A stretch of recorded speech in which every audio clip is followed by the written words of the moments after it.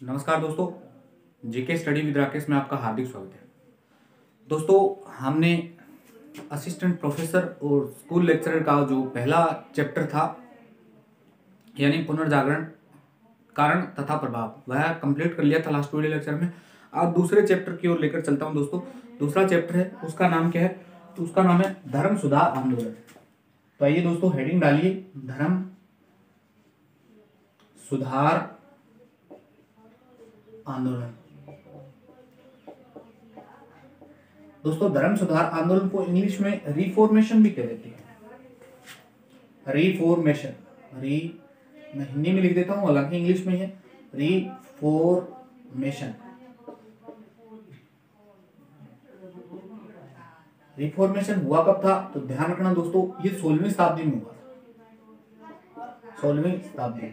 अब दोस्तों, ये असिस्टेंट प्रोफेसर में भी एक चैप्टर है और फर्स्ट ग्रेड में भी लगता है, तो आप निसंकोच आप दोनों पढ़ सकते हैं। और जहां जहां विश्वविद्यालय से प्रश्न पूछे जाते हैं उन सभी में लगता है ये निश्चित। तो दोस्तों, आपसे निवेदन यही रहेगा कि वीडियो को पूरा देखें, अच्छे से नोट डाउन कीजिए, ताकि भविष्य में आने वाला सवाल यहाँ से यानी इस चैप्टर से आने वाला सवाल कभी जिंदगी में गलत न हो। तो आइए दोस्तों, बिना टाइम वेस्ट किए हम इस टॉपिक को स्टार्ट कर लेते हैं। अब इस टॉपिक को सरलतापूर्वक तरीके से यानी अध्ययन के दृष्टि को सरल बनाने के लिए मैं इसको कुछ खंडों में बांट लेता हूँ, उसी खंडों में हम इसके बारे में चर्चा करेंगे। तो आइए दोस्तों, आपको मैं बताता हूँ कि इस टॉपिक को हमें पढ़ना कैसे है। तो हम सबसे पहले इस टॉपिक में पढ़ेंगे अवधारणा। अवधारणा कह लो, यानी इस अवधारणा में से भी 3 बिंदु निकल कर आएंगे। यानी हम सबसे पहले इस टॉपिक में पढ़ेंगे इसका परिचय। परिचय कह लो, या यूं कह सकते हैं कि इसकी परिभाषा क्या है, यानी धर्म सुधार कहते क्या हैं। दूसरा, हम पढ़ेंगे कि धर्म सुधार आंदोलन के कारण क्या थे, यानी किन कारणों से यह धर्म सुधार आंदोलन हुआ था। तीसरा, हम ये पढ़ेंगे इसका संबंध सीधा जर्मनी से रहेगा, तो सीधा लिख देता हूं कि जर्मनी में क्यों, यानी यह आंदोलन जर्मनी में हुआ था, तो जर्मनी में होने के पीछे क्या कारण थे, इन सब बिंदुओं पर चर्चा करेंगे। दूसरा, इस धर्म सुधार आंदोलन में हम पढ़ेंगे दोस्तों विकास। दोस्तों, आज तक जो प्रश्न बने हैं वो सबसे ज्यादा यहीं से बने हैं, तो 90% आपको एनर्जी इसी बिंदु पर लगानी है। नेक्स्ट, शाखाएं। दोस्तों, कभी कभार सवाल शाखाओं से भी पूछा, कॉलेज लेक्चरर में आ चुका है, कॉलेज असिस्टेंट प्रोफेसर में आ चुका है। नेक्स्ट, हम देखेंगे इसका महत्व क्या था। महत्व कह सकते हो आप, यूं कह सकते हैं कि परिणाम। नेक्स्ट, हम इसी में देख लेंगे दोस्तों काउंटर रिफॉर्मेशन होगा। काउंटर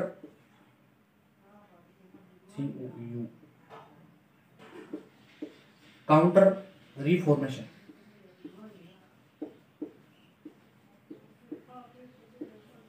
इतने बिंदु पर हम सब चर्चा करेंगे। तो सबसे पहले अवधारणा पढ़ेंगे। अवधारणा में यानी हमें इस टॉपिक को आसान बनाना है। सबसे पहले हम परिचय पढ़ेंगे। परिचय में कारण, ये इसका संबंध सीधा जर्मनी से, तो जर्मनी में क्यों हुआ इसके पीछे के तथ्य जानेंगे। दोस्तों, विकास जर्मनी में क्यों हुआ और विकास दोस्तों सबसे महत्वपूर्ण है। यानी अगर मैं यूं कहूं, ये 3 चीजें आप अगर पढ़ लेते हैं तो 90% सवाल यहीं से आते हैं। सीधा सीधा समझ लो, 10% सवाल यहाँ से आने की संभावना रहती है। दोस्तों, कभी कभार होता है, हालांकि शाखाओं में से 1-2 बार प्रश्न आ चुका है, तो मैं यूं नहीं कह सकता कि आप यहाँ मत पढ़िए, सभी बिंदु पढ़ने पड़ेंगे, लेकिन 90% एनर्जी यहीं लगाने की जरूरत है। तो ये दोस्तों, सबसे पहले हम इस चीज को स्टार्ट कर लेते हैं। इससे भी पहले यानी हम टॉपिक पर परिचय पर आने से पहले 2 चीजें और बता देता हूं दोस्तों, वो देखना। वो क्या है?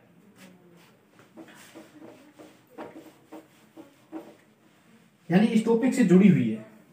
आपको पहले पढ़ेंगे ईसाई धर्म के मुख्य केंद्र कौन थे। ईसाई धर्म के केंद्र, तो दोस्तों ईसाई धर्म के केंद्र इस समय तक 2 केंद्र थे। मुख्य केंद्र तो एक मूल शाखा तय की थी, Roman Catholic church. Roman Catholic church. और दूसरा था दोस्तों Orthodox, Greek Orthodox church. Greek Orthodox church, ये दोस्तों मूल शाखा है इसकी। यानी ईसाइयों की मूल शाखा क्या है, तो रोमन कैथोलिक, रोमन से ही अलग होंगे सब, यानी प्रोटेस्टेंट जो निकल कर आएगा वो यहीं से निकल कर आएगा। अब आपको इसमें याद क्या रखना है दोस्तों, आपको ये सबसे पहले तो याद रखना कि इसका केंद्र कहाँ है, यानी किस शहर में रोमन कैथोलिक का चर्च है। तो यूं कह सकते हैं कि विस्तार। तो दोस्तों विस्तार याद रखना, संपूर्ण यूरोप महाद्वीप में इसी का विस्तार है, संपूर्ण यूरोप। जबकि इसका विस्तार आपसे पूछे तो दोस्तों ध्यान रखना केवल यूनान व ग्रीक में है, केवल या तो यूनान आएगा ऑप्शन में या आएगा ग्रीक, यानी यूनान को ही ग्रीक कहते हैं। नेक्स्ट दूसरा आपसे पूछ सकता है कि इसका केंद्र कौन सा है, तो दोस्तों इसका केंद्र कौन सा है रोमन कैथोलिक का, तो रोम, आपने नाम सुना रोम। इसका केंद्र, तो दोस्तों सीधा सा नाम स्पष्ट है, एक ही जगह केंद्र है, एक ही जगह विस्तार है, तो ग्रीक ही है। नेक्स्ट आपसे पूछ सकता है कि इसका अधिकारी क्या कहलाएगा, यानी इसका मुख्य सर्वोच्च अधिकारी था दोस्तों पोप। यहां पेटार्क कहते हैं, पेटार्क। यहां पोप होगा तो यहां क्या होगा, पेटार्क होगा। ये ईसाई धर्म में दो चीजें। आपसे सवाल ये पूछा जाएगा कि धर्म सुधार आंदोलन का संबंध किस ईसाई की मूल शाखाओं से है, तो रोमन कैथोलिक से। धर्म सुधार आंदोलन का संबंध यहीं से है। बस ये चीज ध्यान रखना, यानी मैं जो चीज बताने का प्रयास कर रहा हूं वो ये है। आपसे ये चीज निकल कर आएगी, बाद में निकल कर आएगी, लेकिन मैंने आपको शॉर्ट में यही बता दिया कि धर्म सुधार आंदोलन का संबंध ईसाइयों में किस शाखा से, तो रोमन कैथोलिक से, यानी मूल शाखा यही थी, इसके बाद में सब कुछ होगा दोस्तों। एक चीज तो ये याद रख लेना दोस्तों। अब दूसरी दोस्तों एक चीज और याद रखनी है,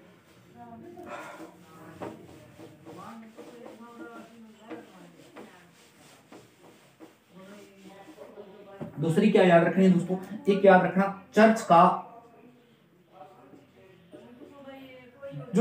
पदतंत्र था ना दोस्तों, वो कैसा था पदतंत्र। तो चर्च में सबसे सर्वोच्च अधिकारी होता था दोस्तों पोप। पोप के बाद में कौन आएगा, तो ध्यान रखना दोस्तों, पोप के बाद में आएंगे कार्डिनल।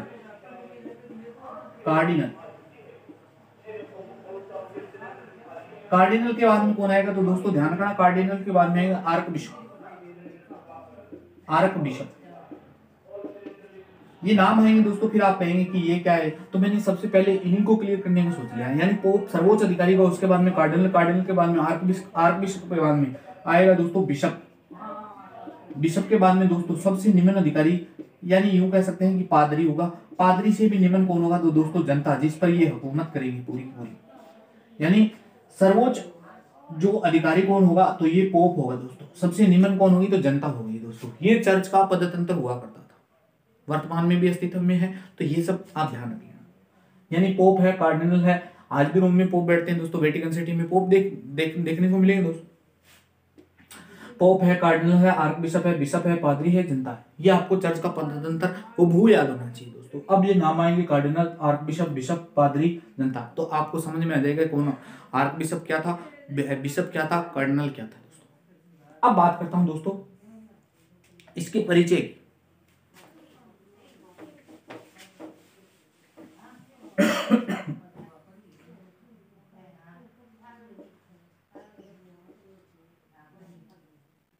तो दोस्तों परिचय में दो चीजें निकल कर आती है,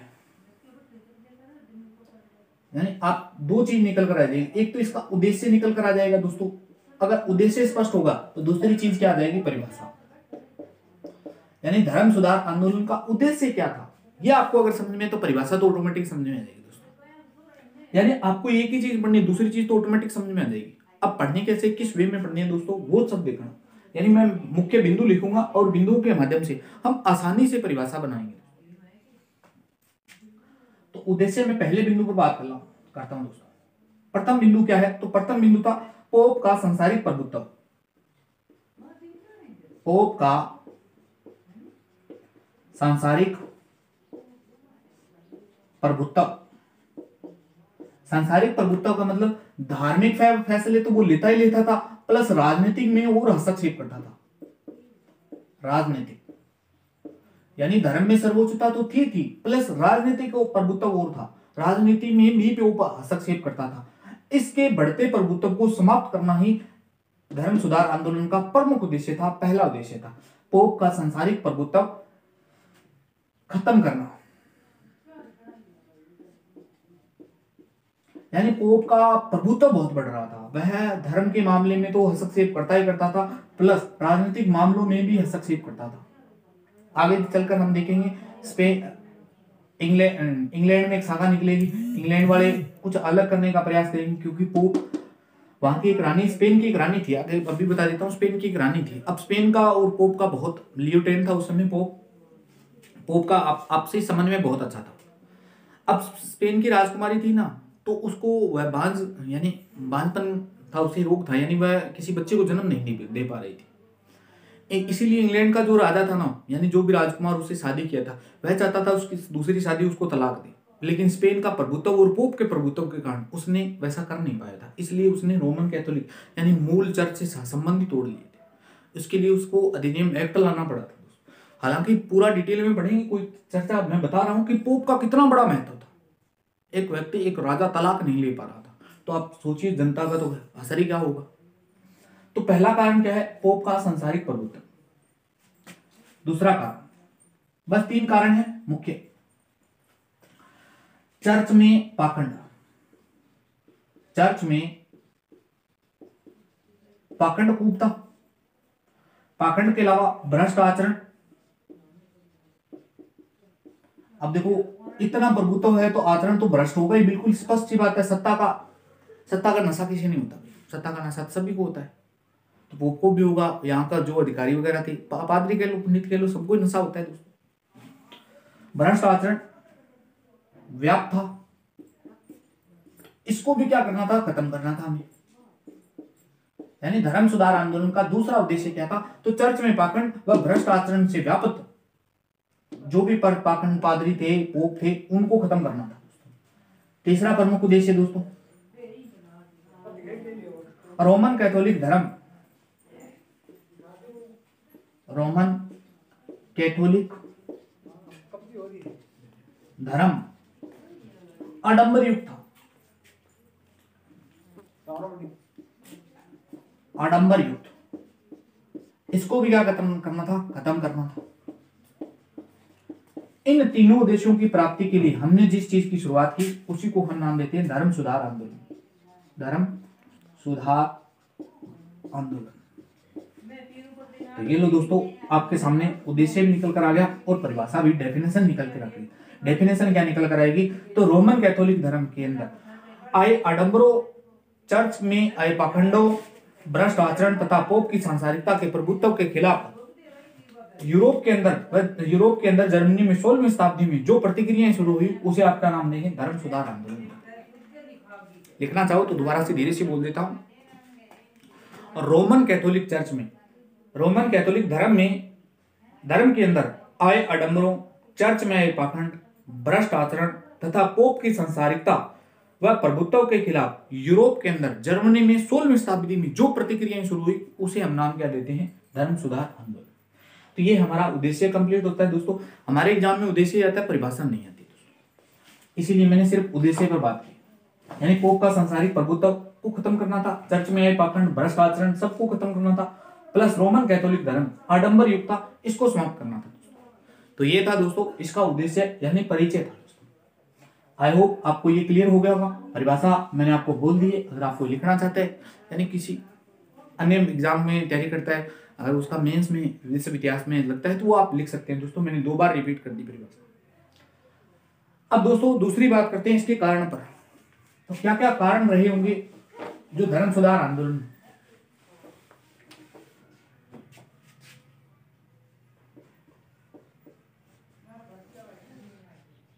तो पहला कारण है राजनीतिक कारण।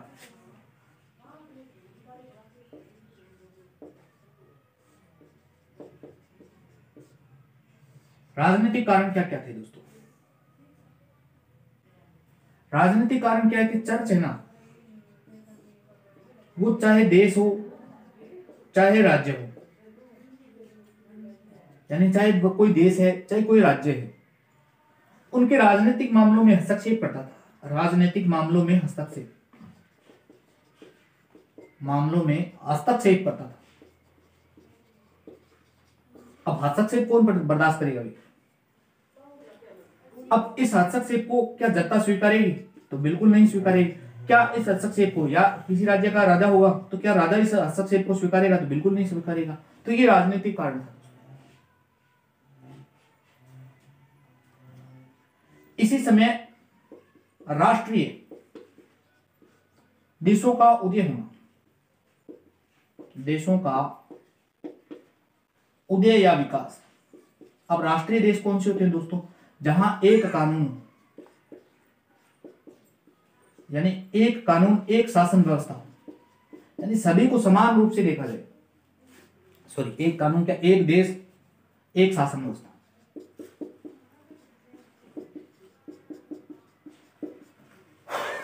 तो वह और सब राष्ट्रीय देश कहलाते हैं। अब दोस्तों समस्या यह क्या थी कि पोप है, जैसे पोप है, पादरी, इनको तो बढ़ चढ़कर, यानी यूं कह सकते हैं कि इनके पास में तो जेड सिक्योरिटियां थी, लेकिन जनता, राजा वगैरह सबके पास में कुछ भी नहीं था। यानी जो भी वीआईपी कल्चर थे ना, वो सब उच्च लोगों को, उच्च वर्ग के लोगों के पास में था, जो चर्च में इन्वॉल्व थे उनके पास में था। उनके अलावा किसी के पास में कुछ नहीं था। तो राष्ट्रीय देश, यानी वो फिर राष्ट्रीय देश कैसे? वो तो धर्म के गुलाम देश हुए दोस्तों। नेक्स्ट, धार्मिक न्यायालय राज्य के न्यायालयों के विरुद्ध, यानी जो धार्मिक न्यायालय थे ना दोस्तों, धार्मिक न्यायालय कभी कभार राज्य न्यायालय के विरुद्ध आदेश जारी कर देते। राज्य न्यायालय के विरुद्ध कोई फरमान जारी कर देते, कोई रिट वगैरह। मान लीजिए वर्तमान में जैसे हमारे देश में सबसे उच्च कोर्ट है, उसे आप यानी उच्चतम न्यायालय, सर्वोच्च न्यायालय के खिलाफ में कहीं भी अपील नहीं थी, यानी सर्वोच्च न्यायालय ने जो निर्णय दे दिया वह फाइनल है। आर्टिकल 70, अगर 72 की बात करूं, 72 के अलावा दोस्तों एक मात्र चीज है, यानी राष्ट्रपति समाधान की शक्ति। तो वो अलग बात है, लेकिन उसके अलावा ऐसा कोई निर्णय नहीं जिसे आप पलट सके, तो कोई निर्णय नहीं हो दोस्तों। अब राज्य का न्यायालय हो सकता है वहां के राजाओं का सर्वोच्च न्यायालय हो दोस्तों, राजा सर्वोच्च ही होता था, सर्वोच्च न्यायालय। अब सर्वोच्च न्यायालय ने अगर कोई निर्णय दे दिया, उसके खिलाफ में अगर धार्मिक न्यायालय यानी चर्च ये कह दे कि ये निर्णय सही नहीं है, तो क्या राज्य को ठेस नहीं पहुंचेगी? तो बिल्कुल ठेस पहुंचेगी, उस राजा की गरिमा को ठेस पहुंचेगी। इसलिए राजा लोग ये चाहते थे कि किसी न किसी तरीके से इस चर्च का, यानी जो चर्च है ना, उसका हस्तक्षेप कम। तो ये सब हम देखेंगे। और कारणों में बात करूं तो चर्च के पास में असीम धन संपदा, चर्च के पास असीम धन संपदा, तो ये भी एक प्रमुख कारण माना जाता है दोस्तों, चर्च के पास असीम धन संपदा। अब पाखंड करेंगे तभी तो असीम धन संपदा है, बिना पाखंड दोस्तों को कैसे आ जाएगी? सीधी सी बात है ये तो। चर्च व राज्य के मध्य संघर्ष, यानी इसी को लेकर चर्च व राज्य के मध्य संघर्ष हुआ। चर्च व राज्य के मध्य, यानी इन सब बिंदुओं के कारण चर्च व राज्य के मध्य संघर्ष हुआ। आप नेक्स्ट पॉइंट में यहां लिख सकते हैं दोस्तों, मेरे पास जगह नहीं है। संघर्ष हुआ, इसी को हम नाम क्या देते हैं? धर्म सुधार। तो ये हमारा पहला पॉइंट है दोस्तों।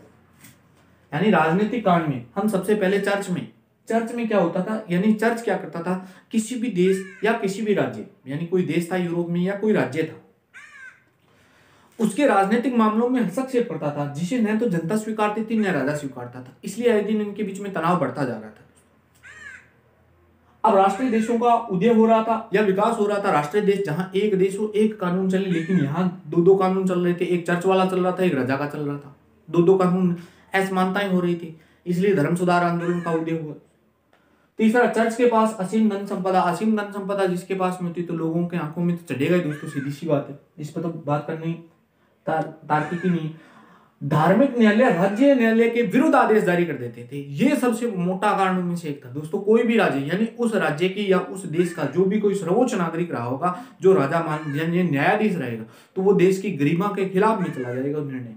तो इसलिए वो लोग वहां के यानी धार्मिक मामलों के न्यायालय थे जो राज्य न्यायालयों के विरुद्ध आदेश जो जारी करते थे, इसलिए राज्य को बेइज्जत होना पड़ता था। इसलिए वो कभी नहीं चाहते थे कि चर्च की प्रभुत्व बना रहे। इसी के चलते चर्च व राज्य के मध्य संघर्ष हुआ, जिसे हमने नाम क्या दिया? धर्म सुधार आंदोलन दिया दोस्तों। तो ये था पहला कारण दोस्तों। और क्या क्या कारण रहे दोस्तों, उन सब पर चर्चा करते हैं, राजनीतिक कारणों के अलावा।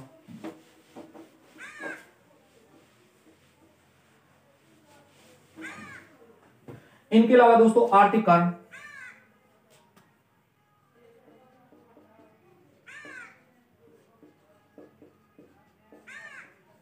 आर्थिक कारणों में पहला कारण चर्चा करें तो अनेक प्रकार के कर, अनेक प्रकार के कर चर्च द्वारा वसूले जाते थे। चर्च क्या कर रहा है, अनेक प्रकार के कर ले रहे हैं। अब दोस्तों दो करों के नाम बता देता हूं, जैसे टाइथ, टाइथ एक धार्मिक कर था, एक कर था पीटर पेंट्स, पीटर पेंट्स। ये जैसे हिंदू धर्म में 16 संस्कार होते हैं दोस्तों, इस यूरोप में यानी इस ईसाई धर्म के अनुसार 7 संस्कार होते हैं। 7 संस्कारों को ये लोग नाम क्या देते हैं तो दोस्तों ये सैंक्रामेंट बोलते हैं, ये सैंक्रामेंट संस्कार है। आगे हम चर्चा करेंगे दोस्तों इनकी, लेकिन अभी फिलहाल ये ध्यान रखना, यानी ये कर थोपे जा रहे थे, अनेक प्रकार के कर थोपे जाएंगे तो धार्मिक सुधार आंदोलन तो होगा ही। व्यापारियों में असंतोष था, व्यापारियों में असंतोष दोस्तों ये सबसे मोटा कारण रहता है, मेरे दृष्टिकोण से ये सबसे मोटा कारण है दोस्तों, क्योंकि व्यापारी वर्ग आम जनता तक पहुंच पाते हैं दोस्तों। अब दोस्तों आप गैस कर लिए, मान लीजिए मैं गांव में रहता हूं, अब गांव का सेठ होता है, उसी गांव के ऊपर पूरी तत्कालीन परिस्थितियों के बारे में जानकारी होती है। अगर उसके साथ में यानी सेठ के साथ में अगर कोई भेदभाव हो रहा है तो सेठ पूरे गांव में असंतोष का माहौल पैदा कर देते हैं, क्योंकि इस समय सेठ ऋण देने का काम करता था, पैसे तो सूद पर वही देता था, ब्याज पर वही देता था। अगर उसको ये असंतोष है चर्च से तो वो पूरे गांव में असंतोष वैसे ही फैला देगा। लेकिन फिर भी ये तो मेरी मानसिकता थी, मैंने बताया है, यानी ये तो आप कहीं भी कोई सा भी निर्णय देख लो दोस्तों, जब व्यापारी वर्ग में असंतोष फैलता है तो पूरे देश में असंतोष फैल जाता है दोस्तों। ये बात आप हमेशा ध्यान रखिएगा। परिणाम स्वरूप आप वर्तमान में देख सकते हैं दोस्तों, किसान आंदोलन हो रहा है। किसान आंदोलन में बहुत सारे व्यापारी वर्ग भी जुड़े हुए हैं, क्योंकि इसमें व्यापारियों को भी लॉस हो रहा है, कुछ व्यापारियों को फायदा हो रहा है, कुछ व्यापारियों को लॉस भी हो रहा है। मैं उसके पक्ष या विपक्ष की बात नहीं कर रहा हूं, मैं सरकार के खिलाफ में, मैं सिर्फ उदाहरण देने का यानी आपको समझाने का प्रयास कर रहा हूं। अब व्यापारी वर्ग को असंतोष क्यों था तो दोस्तों इनको सूद लेना यानी ब्याज लेने पर मनाही थी, यानी कोई ऋण आप ऋण नहीं दे सकते। यूं कह सकते हैं कि कोई भी व्यापारी ऋण नहीं ले सकता, अगर ऋण नहीं ले सकता तो सूद मिलेगा कैसे। अरे कोई व्यापारी अगर यानी कोई व्यक्ति ऋण नहीं ले सकता तो व्यापारी वर्ग सूद कैसे इकट्ठा करेंगे, ब्याज कैसे इकट्ठा करेंगे, उनका घर कैसे चलेगा भी। तो व्यापारी वर्ग ये इसलिए असंतोष में थे। तो ये था दोस्तों आर्थिक कारणों में से, यानी व्यापारी वर्ग असंतोष था। व्यापारी वर्ग असंतोष क्यों था तो ऋण नहीं ले सकते थे, ऋण के कारण क्या नहीं होता था, सूद नहीं मिलता था दोस्तों। आर्थिक कारणों के अलावा और कारणों में चर्चा करें तो दोस्तों धार्मिक कारण बताने की जरूरत नहीं है, कौन कौन से, तो चर्च में व्याप्त भ्रष्टाचार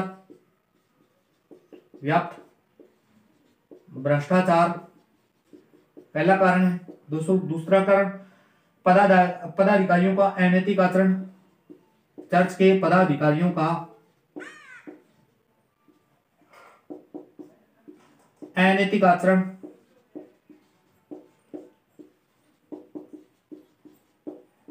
और क्या कारण रहेंगे दोस्तों, पोप की सांसारिकता, पोप की सांसारिकता, वो बेचारा शादी करवा रहा था इसमें, सन्यासी को छोड़ दिया इसने। तो ये सब कारण है, चर्चा कर चुके हैं दोस्तों। नेक्स्ट और कारणों में वैचारिक पृष्ठभूमि भी लिख सकते हैं।